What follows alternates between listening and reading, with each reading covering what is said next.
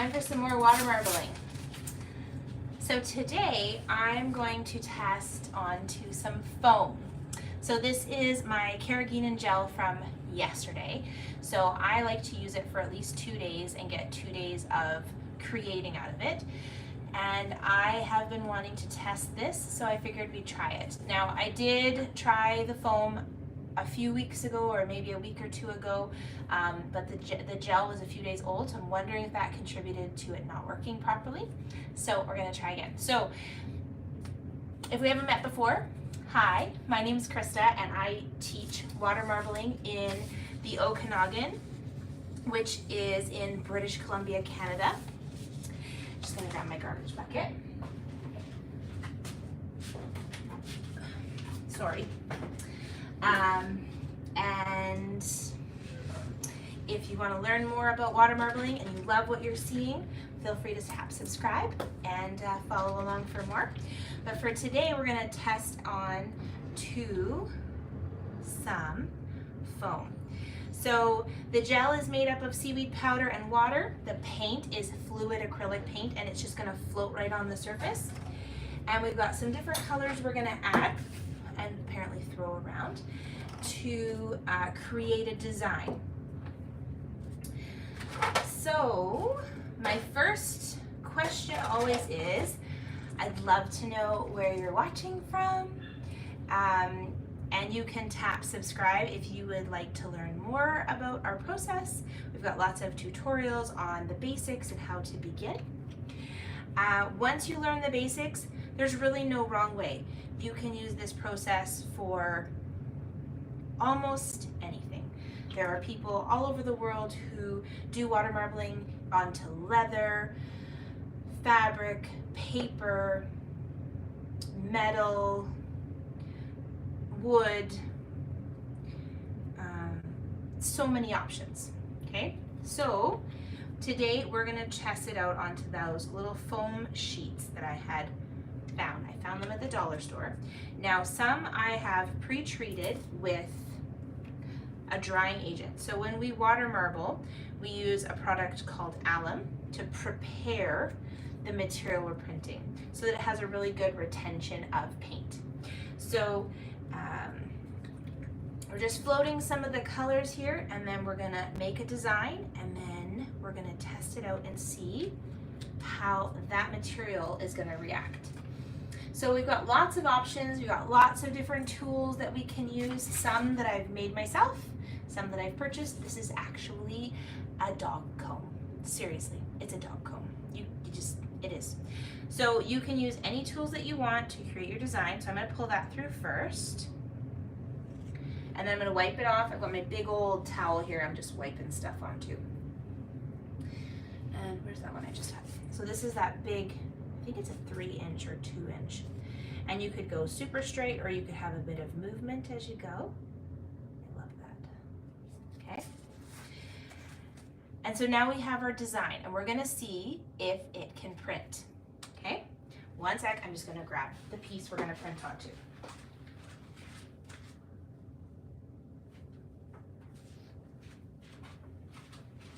All right, so it might be an epic fail, or it might work. We'll have to see.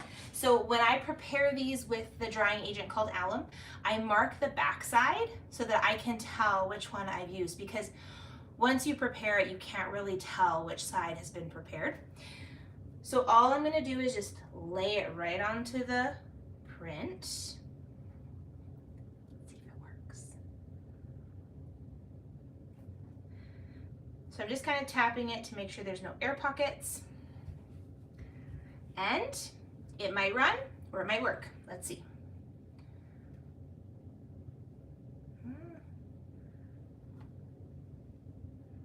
Beauty, it worked. So I can rinse this with water, or I could just lay it flat to dry. Because I'm not sure how this material would work, I think the best case scenario is just to lay it flat so it can dry.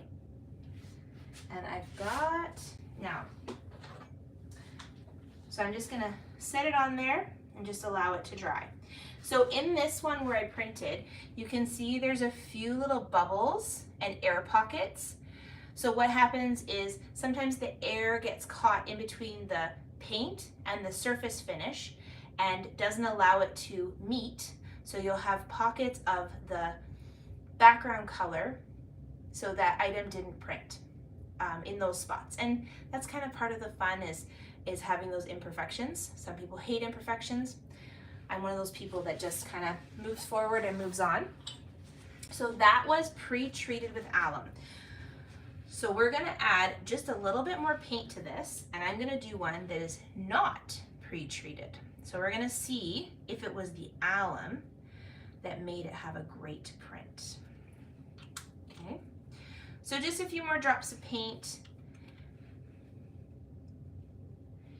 Now in where I took my print is gonna have some clear spots. So that will show the background color of the paper or the foam in this case of what we're printing. So I'm going to draw a line, I'm going to scooch over, and I'm going to go back through the center of that line. That's called a gelget. I don't think it fits that way. Let's try a different one. So this tool and this tool are the exact same width of design, but this one is on a wood with nails. This one I made with just cardboard and some duct tape. And there's a YouTube tutorial that you can watch to learn how to make your own tools at home, both out of wood or with just cardboard. Okay, so now I'm gonna have all these little clear spots here. That's just where some of the previous design is kind of hanging out a little bit. Okay, I'm just gonna add a few swirls in here. Okay. It always kind of looks like a puddle until you get it printed, right? All right, let's print it. So I'm gonna go with another vibrant color to make it easier for you guys to see. So that is like a lime green. This has not been treated with alum. I'm just gonna pick up at the bottom here. And I'm laying it down so that the center touches first and then the edges come down. So hopefully we can push those air pockets out and not have air pockets get caught in the material that we're printing. Because this one isn't, fabric will allow and release those air pockets through it, whereas this won't do that. All right, let's see, how did it print? Pretty runny. Okay, so you can definitely see the difference of printing it with the alum. So that's definitely a lot more runny than our first print. You can definitely see the difference of having that pre-treatment on the material. I'm going to do one more just to confirm my scientific hypothesis, shall we say.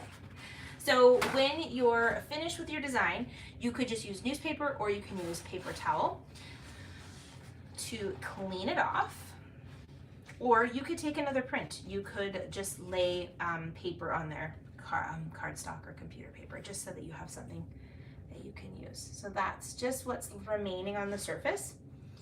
And now you can see my gel. It's sometimes when you see my content, the gel is perfectly clean and clear, almost you can see clear to the bottom. So because I did 15 scarves yesterday with this gel in my big long tray, once it gets put away for the night, I find that it tends to absorb the paint color that has maybe sunk. So we do, day two, I do tend to get a darker gel in the tray. All right, so what else can I tell you? We're gonna start again with the cream. So the first step is always to skim. So it's just newspaper, just one sheet, and you're just gently touching the gel and allowing it just to glide to the one end.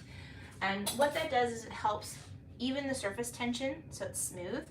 It gets rid of any bubbles or particles, like even particles of dust. Especially if I do a workshop outside and there's like little dandelion things blowing in the air, you definitely have to re-clean your surface quite a few times. This is just pink. and it almost goes clear. So what happens is that paint is spreading and taking up space. So you get a really light color. It's almost like you can see through it and there's nothing there. But as you add more volume of paint, the colors become more saturated. So you get to see that depth of color that you're looking for. I'm just looking for, this is indigo, so it's a half dark purple, half dark blue. Just gonna clean the lid. Sometimes they get a little dry paint on them and that hits the water and kind of takes up space. Nope. Come on. Nope, it doesn't want to come out. That's okay. We'll just go back to sea glass. So you can put colors on top of each other or beside each other. There's really no wrong way. But see how that pink, you can really see it kind of darkened up?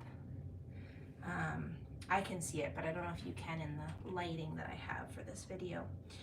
But as we add more paint, you'll always start to see the colors will look more rich and more saturated, or more vibrant would be another way to say that. And you can reapply the same colors over and over. You don't have to have a big volume of color choices. But what we're looking for is enough volume of paint on the tray that it's going to open up and take up space so that our colors are rich and vibrant. Now you can really see that pink, right? All right. So I've got lots of paint on the tray, and now you can see, so this was one of the colors that really originally opened up significantly. So what happens is, as we've added enough paint, that color goes from expanding significantly to being a little bit more controlled, and that means I have enough paint on the tray that I'm gonna get a rich color combination. So this is another cardboard tool. It's a 1-inch. So I could go straight, I can do whatever manipulations I want. It's totally up to me. So I'm just gonna go back and forth a little bit. So what I'm looking to do is kind of lengthen that color. The slower you go, the more control. The faster you go, the more the water underneath continues to move and create movement for your paint. Okay, I'm just gonna go with the comb the opposite way, nice and slow, because I wanna see that movement. Yeah, beautiful. Okay, so this is a really bright design. It's looking very muted because the gel behind it is quite dark. I'm just gonna grab my foam and we'll print that.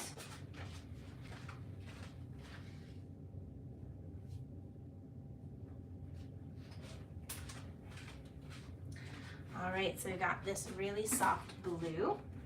Again, the back side is labeled 0 because I know I did not put alum on that side. So I'm just going to, you know what, let's do 2 prints and see the difference of 2 different colors.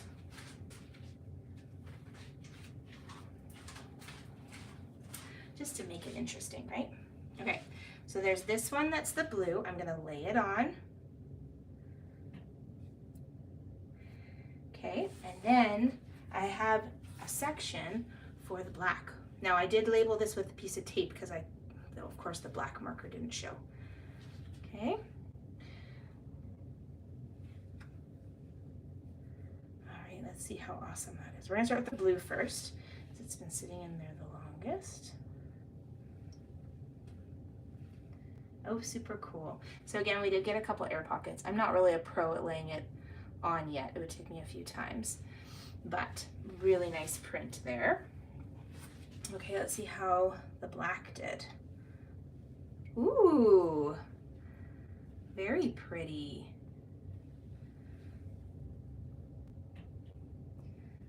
Beautiful. All right, well, then we'll clean the tray. And let's see what the cleaning up part looks like. So if we had had white foam and had printed these colors, they would have been even brighter. Let's see. Here's some paper towel.